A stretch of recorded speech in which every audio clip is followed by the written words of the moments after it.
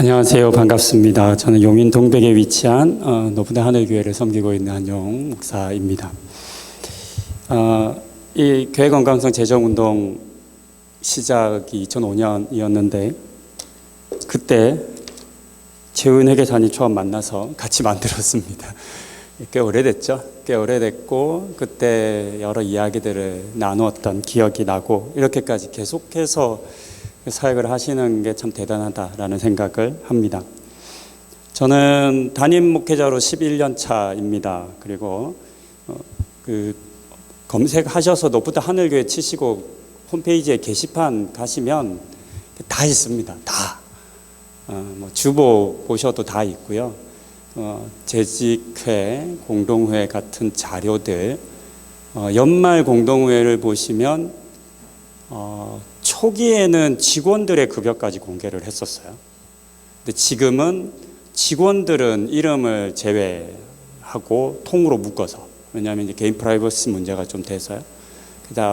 조금 고민은 있습니다. 왜냐하면 목회자들, 특히나 부교육자들이 굉장히 불편해하죠. 어려워하죠. 이제 급여까지 공개되는 부분이 있는데요. 그래서 저희는 이제 다 오픈하고 있는데 이런 오픈에 대해서 어떤 생각을 가지고 있고 또 어떻게 하고 있고 또 어떤 어려움이 있는지를 좀 나누고자 합니다. 글에 있으니까 짧게 말씀드리면 강릉이라고 적었는데 이제 속초더라고요. 더 정확한 자리는 다들 아시겠지만 만석 닭강정이라고 하는 닭강정 굉장히 유명합니다. 엄청 팔리죠. 근데 2018년도에 그 업체가 위생 점검에 걸려서 원래는 보통의 작은 식당 요식 업체라면 영업 정지를 받아야 되는데 사실은 좀 편법으로 피해갑니다. 어떻게 피해가냐면 그 걸린 업장은 폐쇄하고 옆에다가 새로운 건물 세워서 과태료 50만 원만 내고 넘어가는데 그러나 이제 시장의 반응은 즉각적이겠죠. 이제 언론에 보도되고 바로 매출액이 30-40%는 뚝 떨어집니다. 근데 이제 그 업체가 한 행위가 뭐냐면 검색 다 해보시면 알겠지만 이제 공개하는 방식으로 가는 거죠. 아주 더럽고 그러니까 뒤에서 감추어져 있을 때 그 찌든 때들, 그 더러움들, 그 더러운 걸 보면 안 사 먹잖아요. 이제 한번 신뢰를 잃었다 보니까 그걸 어떻게 만회하냐면 그걸 이제 가운데로 드러내고 유리로 외부에서 볼 수 있게 만들고 그 음식을 만드시는 조리하시는 분들을 하얀색 옷에 모자까지 씌워서 공개하는 방식으로 바꾼 겁니다. 어떻게 보면 쇼일 수도 있어요. 그런데 그게 먹힙니다. 굉장히 잘 먹혀서 반년도 안 걸려서 매출 회복하고 지금 저도 몇 개월 전에 다녀왔는데요. 정말 많은 사람들이 가서 지금도 사서 먹습니다. 오히려 더 사 먹죠. 여기는 이제 깨끗하게 한다. 그러니까 전화위복이 된 케이스입니다. 만약에 그 업체가 보통의 업체들처럼 그냥 대충 눈 가리고 했다면 지금처럼 회복되지는 못했을 거라고 저는 생각을 합니다. 그래서 검색해 보시면 알겠지만 만석 반도체라는 이름으로 불립니다. 요즘은. 그래서 그 반도체 회사의 옷을 입은 종업원처럼 아주 깨끗하게 이제는 잘 조리를 한다. 이런 이름이 불려지는 거죠. 그것이 우리 교회가 한 번은 생각해 볼 만한 시사점이 있다고 생각을 합니다. 왜냐하면 우리 교회는 사회로부터 이 재정적으로 투명하지 못한 공동체 조직이라고 사실은 이미 낙인이 찍혔거든요. 이 낙인은 쉽게 못 벗을 것 같아요. 그렇다면 보여줘야죠. 어떻게 우리가 변화했는지, 달라졌는지. 실제 많은 목회자들을 만나면 나름 이렇게 생각해. 우리 정도면 잘하고 있다 생각하세요. 그런데 그럼에도 불구하고 드러내는 거는 되게 불편해 하십니다. 어려워하세요. 이유는 그 정도라고 하는 그 선이 자의적인 기준이겠죠.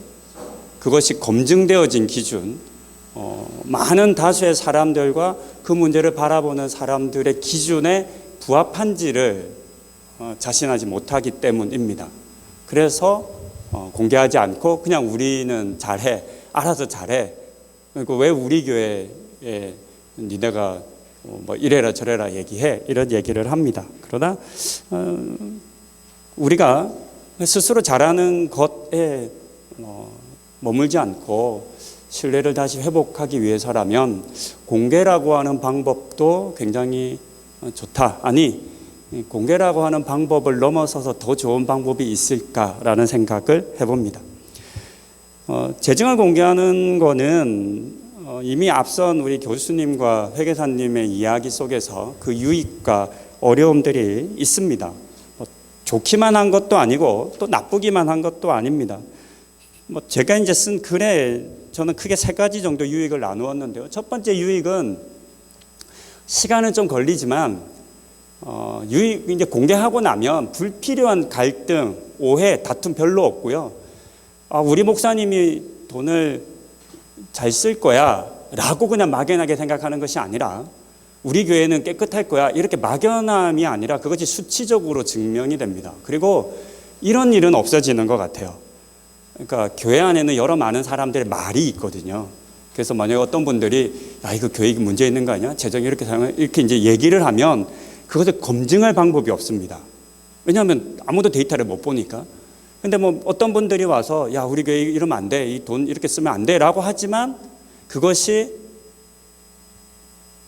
그냥 어떤 분의 오해나 착각이라는 게 너무나 쉽게 드러나기 때문에 그것이 붉어져서 눈덩이처럼 커져서 교회의 어떤 공격거리가 되거나 이런 일은 없습니다. 왜냐하면 다 공개되어 있으니까요. 또 저희는 제가 직접적으로 쓸 수 있는 예산은 1년에 1,400만 원, 제가 가지고 있는 활동비죠. 목회 활동비. 그것도 다 이제 영수 처리를 하죠. 그래서 이제 감사하실 때 가장 먼저 보는 게 목회 활동비잖아요. 그러니까 제일 먼저 옷을 다 벗어내야 하는 거기 때문에 이제 절대 함부로 못 씁니다. 누구를 만나서 쓴 재정인 건지 다 기록을 해야 합니다. 그게 이제 원칙이기 때문이죠.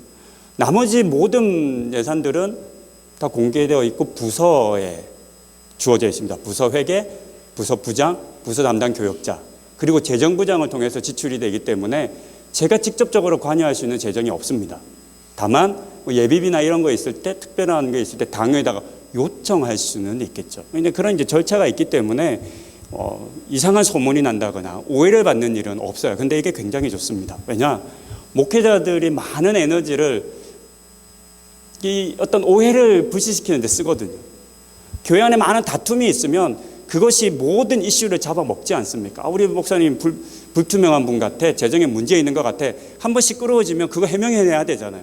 꼬리에 꼬리를 무는 해명이죠. 그냥 아주 간단하게 밝히면 그만인데 그러지 않으면 그러면 불신과 갈등이 계속 지속되겠죠. 이제 그런 일이 없어서 목회자들이 또 각 부서들이 본연의 사업 가운데 집중할 수 있다는 점은 저는 제가 교회 재정을 공개하는 데서 가장 큰 강점, 유익이라고 생각합니다. 두 번째는 아까 이제 우리 회계사님도 얘기하셨는데요. 부채를 알면 성도들이 떠난다. 또 이런 걱정도 하세요. 그러면 이제 부채가 없는 교회, 재정이 많은 교회요. 무슨 고민하는지 아세요? 이제 헌금 안 할 거예요. 많으니까 헌금할 이유가 없다고 생각한다는 그런 걱정을 하시는 거죠. 저는 이 부분에 대해서는 그것이 이제 성도 교인들에 대한 불신이라고 생각을 합니다. 그리고 많으면 그것을 어떻게 건강하게 흘려보낼지를 같이 고민하고 기도해야 되는 거고, 만약에 부채가 있으면 그것을 어떻게 갚아가야 할지를 성도들과 함께 고민해야 하는 거죠. 신방을 하다 보면 가정 안에 이사를 하는 문제로 말미암아 갈등하는 부부와 또 자녀들과의 관계에 있는 집들을 보게 됩니다. 어떤 아이는 가출을 했어요. 이유는 나는 원하지 않는데 엄마 아빠가 그냥 결정해서 이사를 했기 때문이죠. 아시겠지만 이사라고 하는 행위는 그냥 단순히 이사를 가는 것이 아니라 삶의 터전을 옮기는 거거든요. 아이들 같은 경우는 어렸을 때부터 자란 마을을 옮기는 거고 학교를 옮기는 겁니다. 요즘 학교 생활이 굉장히 어렵잖아요. 그러니까 청소년기, 사춘기에 있던 아이가 갑작스럽게 모든 친구들을 버리고 옮긴 것에 있어서 너무나 큰 충격을 받고 적응을 못해서 가출을 합니다. 쭉 이야기를 나누면서 알게 된 건 뭐냐면 이 아이는 청소년이 됐음에도 불구하고 엄마 아빠가 왜 이사를 가야 하는 이유를 전혀 알지 못했어요. 그냥 어느 날 갑자기 이사가 결정돼 이사를 가버린 거죠. 너 이사 가, 끝. 그럴 수밖에 없는 이유가 있었어요. 이유는 가정이 너무 어려웠기 때문입니다. 경제적으로. 더 이상 이 집에 살아갈 수 있는 경제적 여력이 그 집에 안 된 거죠. 가슴 아픈 일입니다. 그래서 규모를 줄여서 집값이 싼 동네로 이사를 가야만 했던 겁니다. 이제 안타까움이 있는 거죠. 여기서 이제 저는 이런 생각을 해보는 겁니다. 경제 상황을 우리 많은 어른들이 넌 몰라도 돼, 엄마 아빠가 다 알아서 할게 라고 보통 이야기를 하는데, 저는 그것은 교육적으로 굉장히 나쁜 교육이라고 생각합니다. 가정의 경제 공동체, 가정은 경제 공동체거든요. 부모의 삶이 어떤지, 직장에서 삶이 어떤지, 수입과 지출의 구체적인 액수는 말하는 건 아닐 수 있겠지만 지금 우리 가정이 어떻게 사는지를 자녀들이 알아야죠. 공유가 되어야 하는 거죠. 공유가 되어져서 함께 기도해야 하는 거고, 그래서 상황이 어려울 때 일주일에 한 번 가정 예배를 드리던 어떤 상황에서 엄마 아빠가 지금 이런 상황에 있다. 아빠가 회사에서 갑자기 그만두게 됐다. 이직을 하게 됐다. 그래서 우리 경제적 상황이 어려움이 있어서 어쩌면 우리가 다음번에는 이사해야 할지도 모르겠다. 근데 그러지 않을 수 있도록 우리 한번 기도하자. 이런 식의 공유 과정이 필요한 거죠. 쭉 그렇게 공유되어 왔는데 어느 날 엄마 아빠 이렇게 얘기할 수 있는 거죠. 참 아쉽지만 우리가 이사를 가야 할 것 같아. 더 이상 이 문제가 쉽게 해결되지 않네. 그렇게 말할 때 아이가 나 죽어도 이사 못 가. 이렇게 말 못 하거든요. 공유하지 않았기 때문에 사건이 터지는 겁니다. 그와 비슷한 일들이 교회에서 터진다고 저는 봅니다. 부모가 자녀를 신뢰하지 않고 부모가 자녀를 불신한다면 그건 부모가 아닌 거죠. 마찬가지입니다. 교회 목회자들과 교회 성도들이 서로를 신뢰하지 않으면 그건 교회라고 할 수 없는 것이겠죠. 세 번째 유익은 장기적인 비전을 세우는데 재정은 너무나 중요합니다.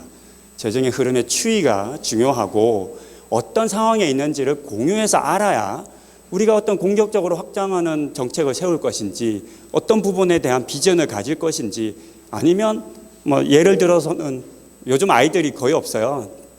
차세대나 차세대라고 많이 부르고 교육부라고도 부르고 하는데 갑자기 어느 날 목사님이 차세대 이렇게 우리가 다음 세대를 준비하는 교회 이렇게 말은 하지만 표는 그런데 예산은 그렇게 반영이 안 되는 교회가 대부분이거든요.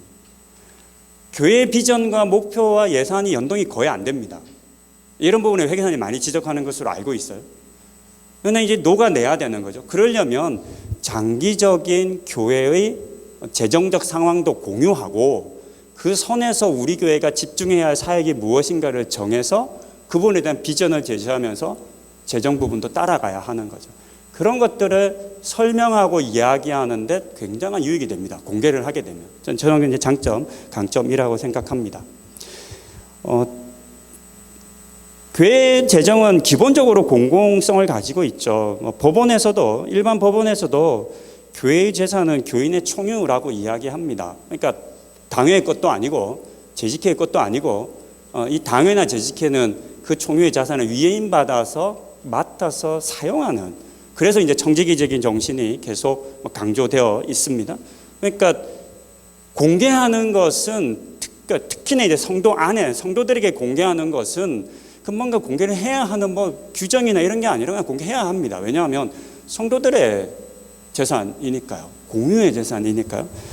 그런 점에서 소수의 재정의 독점 또는 소유 또는 결정을 하지 않도록 우리가 해야 되겠고, 다만 앞서 우리 회계사님 말씀하신 것처럼 위임받았기 때문에 이 위임받은 재정을 어떻게 사용하고 처리할지에 대해서는 기준이 필요하겠죠. 그 기준을 교회가 마련해야 하는데 그것을 어떤 규정을 만들어내는 작업들이 필요하지 않을까 하는 생각을 합니다. 그래서 이제 저희는 많은 도전을 해봤어요. 규정을 많이 만들려고 합니다. 저희 교회 홈페이지 오시면 알겠지만 사례비 연구, 사례비 저희 목회자 사례비 직원들의 사례비도 다 연구회가 하거든요. 제가 벌써 11년 차인데 저희 교회에서 사례비 연구 3번 했습니다.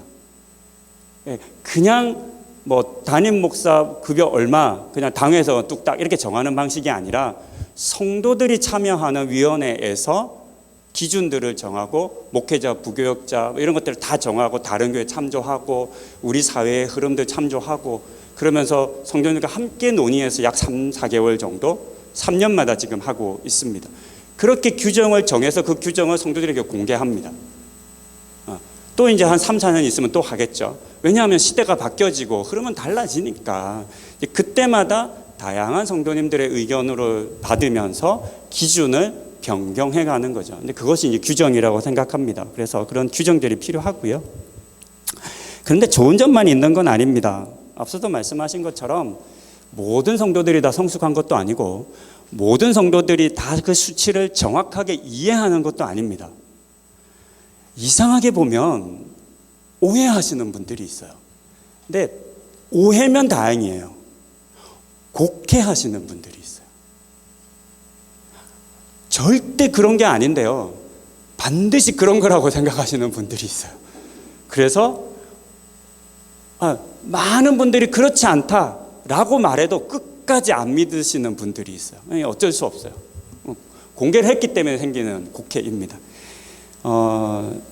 저는요, 이게 참 부끄러운 얘기긴 한데 제식회 공동회에 4시간, 5시간씩 해봤습니다. 계속 이렇게 서서 질문을 받는 거예요. 저희 예산은 다 나오거든요. 그러면 왜 이 부서 이 예산 줬냐? 왜 저 부서 한때는 청년부에 왜 이렇게 그 모임 활동을 위한 활동비가 많냐? 왜 청년들이 교회가 밥을 사주냐? 이런 얘기. 사실 얼마 주지도 않으면서. 그러면 이제 그거에 대해서 서로 방어하는 거죠. 청년부 부장님 나와서 얘기하고, 저도 말 거두고, 또 이해 못 하시는 분들은 그거 다 삭감해라. 이렇게 계속 싸우는 겁니다. 공개가 다 돼 있으니까. 근데 이제 또 이렇게 얘기하는 거죠.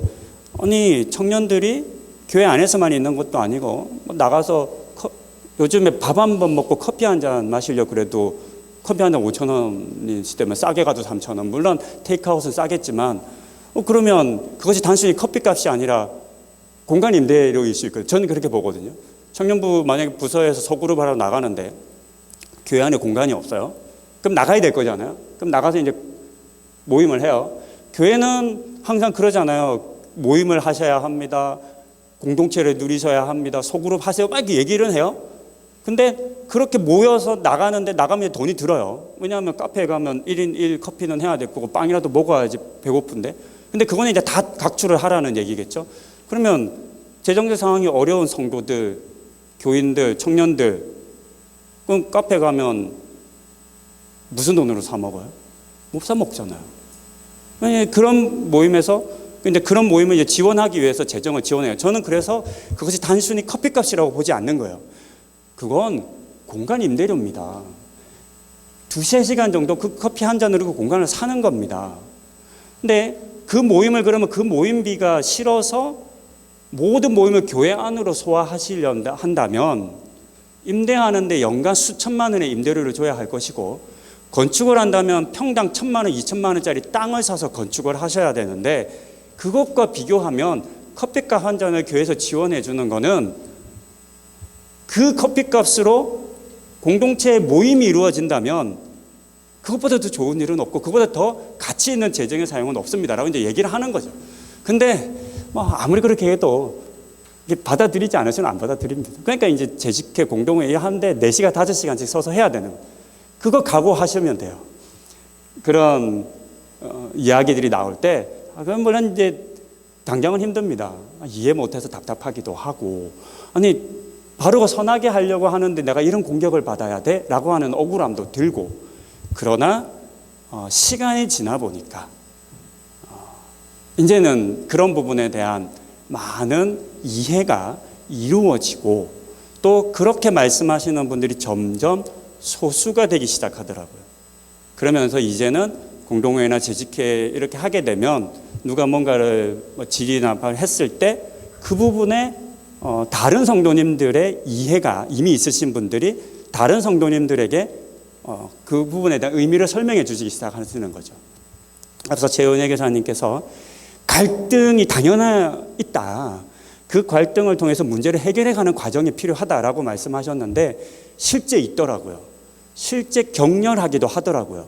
그리고 오랜 시간이 걸리기도 하고 오해도 있어요. 근데 그것들이 계속 반복되다 보니까 이제는 조금 그런 부분들이 성도님들 안에 공유가 되어지면서 문제가 조금은 이제는 수그러드는 그런 과정 가운데 있는 것 같습니다.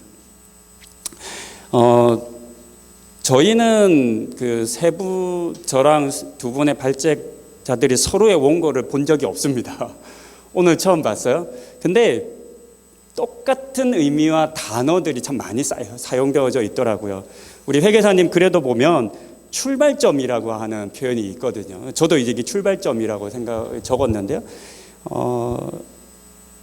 이 재정의 공개는 우리의 목표가 아닙니다. 공개한다고 깨끗한 것도 아니잖아요. 아까 우리 교수님께서 말씀하신 것처럼 엉뚱하게 재정 쓰면서 공개만 한다고 그건 무슨 의미가 있어요. 그래서 아시는 교회 중에 하나는 주보에 매주 헌금 지출 내역을 다 공개하잖아요. 그러면서 엄청 투명한 교회라고 얘기하잖아요. 그래서 저는 그렇게 얘기했어요. 그거 투명한 거 아니야. 그거 눈 가리기야. 왜냐하면 세부적인 영수증 금액은 뭐 얼마 썼는지 썼는데 그게 어떤 목적성을 가졌는지는 안 보여주잖아. 그냥 일주일간 나간 돈에 대해서만 얘기한 거지 그 목적성에 대해서는 드러내지 않았다면 그거는 투명함을 통해서 사실은 우리 교회 굉장히 투명해 라고만 말할 뿐인 거지 실제 어떤 목적성과 교회 상황들 하나도 보여주지 않는다면 그건 투명함일 수 없다. 근데 목표는 이뤘잖아요. 우리 교회 투명한 교회다. 이제 저는 그것이 자칫하면 오해를 줄 수 있다. 우리가 속을 수 있다 생각을 합니다. 투명한 것, 공개하는 건 더 다음으로 나가기 위한 출발점입니다. 그리고 오늘 저는 우리 교수님을 통해서 선교적 재정 운영이라고 하는 방향성을 향해 가야 한다라고 하는 말씀을 이 화두를 던져주셔서 이것이 우리가 나아가야 할 그런 방향이구나, 목표구나라는 생각을 해보았습니다. 제일 마지막에 저희 교회의 이야기인데요. 짧게 나누겠습니다. 기본적으로 주보를 통해서 저희는 수입과 지출, 수입 내역을 다 공개합니다. 그리고 출석인을 공개하는데요. 이게 주보 통해서 공개하면 요즘 전도 잘 안 되시잖아요. 근데 주보 보고 성도님들, 새가족들이 오십니다. 공개하는 교회가 별로 없거든요. 물론 이 주보 공개 때문에도 오해를 받은 적이 있어요. 전 정말 그런 분이 있을 거라고 생각을 못 해봤어요. 근데 있더라고요. 어떤 분이 1년치 주보에 있는 예산, 이 수입 내역 있잖아요. 이거를 다 엑셀 시트로 만든 다음에 서머리를 했어요. 나왔잖아요. 이제 그 다음에 감사를 해가지고 회계 보고를 했잖아요. 근데 이 주보의 수입 내역과 결산의 수입 내역이 다르잖아요. 근데 이 주보의 수입 내역이 더 많았어요. 결산 내역보다. 왜 그러냐면 차고 입금 이런 것들이 있을 수 있어요. 어떤 분이 예전 예인데 어떤 분이 960만 원 11조 내셨더라고요. 우와, 뭐 있으신가 보다. 전화 왔어요. 96만 원인데. 그럼 어떻게 해야 돼요? 사고 처리해서 돌려줘야 되는 거예요. 근데 주보에는 그게 반영이 안 되잖아요. 그래서 저보고 주보의 내역과 결산의 내역이 달랐기 때문에 저보고 횡령했다 그러더라고요.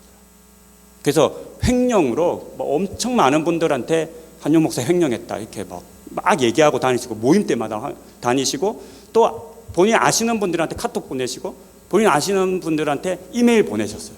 한용 목사 횡령했다. 이유는 주보의 내역하고 결산의 내용이 다르다.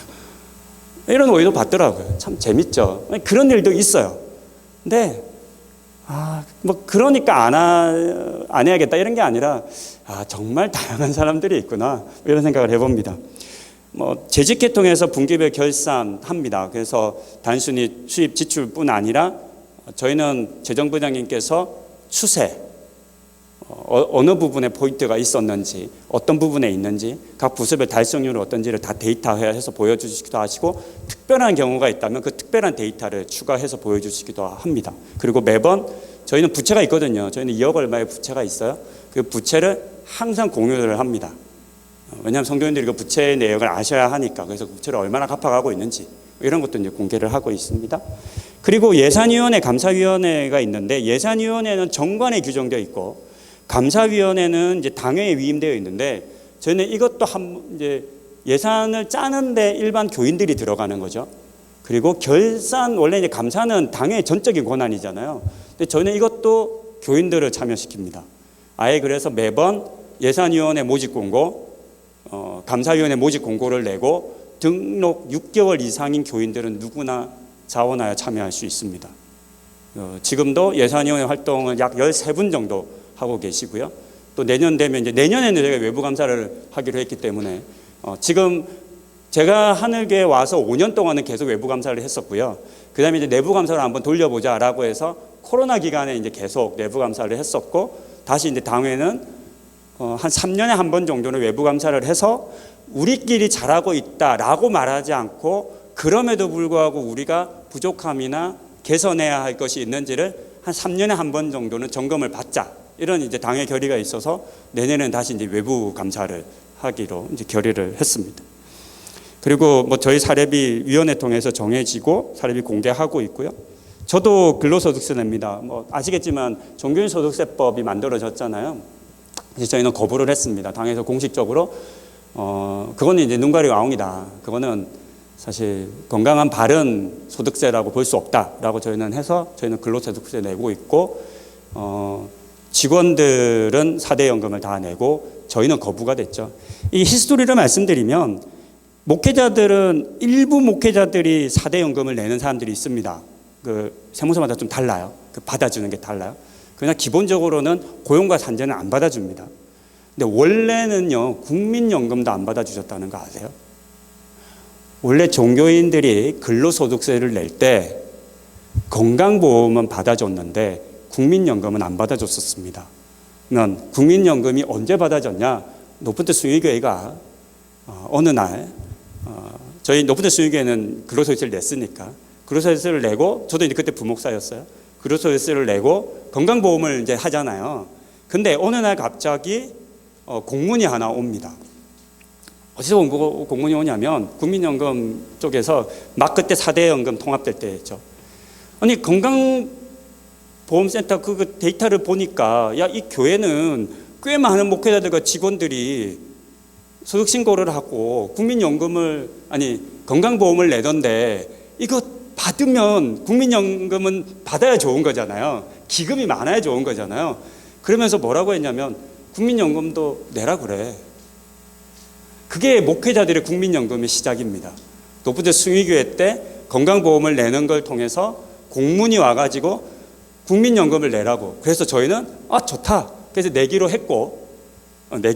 그래서 냈고, 그 다음에 이제 또 질의를 이제 제가 이제 한번 해볼까 했는데 지금 다 말려가지고 제발 일 키우지 말라. 왜냐하면 고용과 산재, 근로자성은 다 내야 되는 거, 다만 대표자만 못하는 거잖아요. 고용하고 산재는 대표자는 제외했잖아요. 근데 목회자를 다 대표로 보더라고요. 목회자는. 그래서 제가 아니, 담임 목사님이 대표일 수는 있으나 부목사들이나 다 그냥 근로에 관계에 있는 사람들이다 라고 이제 봐서 근로소득세 또 내니까 우리는 그러면 고용과 산재도 받아줘, 뭐 이렇게 얘기를 하려고 했으나 거부당했죠. 1차적으로는. 왜냐하면 그거는 내주는 일이 더 많은 일이고 별로 실익이 안 된다고 본 것 같아요. 그래서 지금 상황에는 어떤 데는 내고 어떤 목사님은 4대 연금을 냅니다. 그것이 어필이 된 어떤 목사님은 내고, 그러나 공식적으로 저희는 근로자성으로 근로소득세를 내지만 국민연금과 건강보험만 내고 나머지 2개는 목회자들은 제외에 있습니다. 그리고 저 DC형 퇴직연금 가입했어요. 지난 며칠 기분이 되게 좋아요. 사실 저는 트럼프가 안 될 거라고 생각하고 안 되는데 배팅을 해가지고 가지고 있던 테슬라 주식을 팔았거든요. 팔았어요. 근데 제가 팔고 100불이 올랐어요. 트럼프 안 된다고 생각했거든요. 근데 아쉽지만 그건 그러면 항상 생각하는 거죠. 하나님은 목회자가 돈 버는 건 싫어하시는구나. 안 되는구나. 하면 안 되겠다 생각을 했는데, 전 퇴직연금 DC형은 자기가 본인이 직접 퇴직연금을 정할 수 있잖아요. 그래서 저는 그 70%만 넣을 수 있어요. 30%는 안전자산에 넣는 게 퇴직연금법이잖아요. 그래서 70%를 미국 주식 성장형에 다 몰빵해 놨거든요. 그래서 지난 열흘 동안 테슬라 주식은 완전히 제가 아쉽지만 보는 것 자체가 너무 아쉽지만 수천만 원이 날아갔으니까. 근데 DC형은 지난 며칠 동안 거의 10% 올랐거든요. 왜냐하면 지금 미국 주식을 다 엄청 올라가고 있으니까. 이게 무슨 의미를 말씀드리냐면, 여러분들이 살아가는 삶의 자리를 저희 목회자들이 똑같이 살아간다는 의미입니다. 그래서 저희 교육자들한테 굉장히 교육을 합니다. 우리 교회 오면 근로소득세를 내고 퇴직연금을 가입시켜주죠. 그러면 제가 얘기합니다. 퇴직연금 DC형은 당신이 운용을 할 수 있습니다. 해보십시오.